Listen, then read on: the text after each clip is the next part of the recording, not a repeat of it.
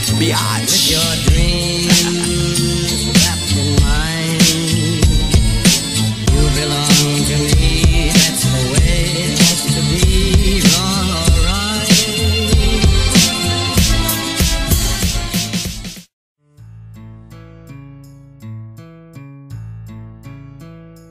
The first time I walked with a girl, I was 12, cold, and weighted down with 2 oranges in my jacket. December.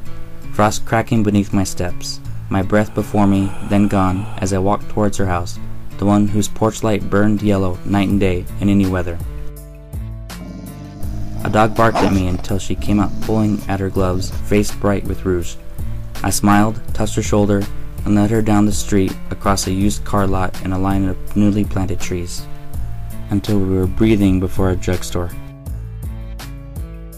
We entered, the tiny bell bringing a saleslady down the narrow aisle of goods.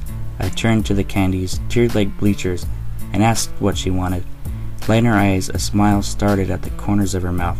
I fingered a nickel in my pocket, and when she lifted a chocolate that cost a dime, I didn't say anything.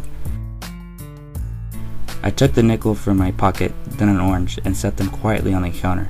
When I looked up, the lady's eyes met mine, and held them, knowing very well what it was all about.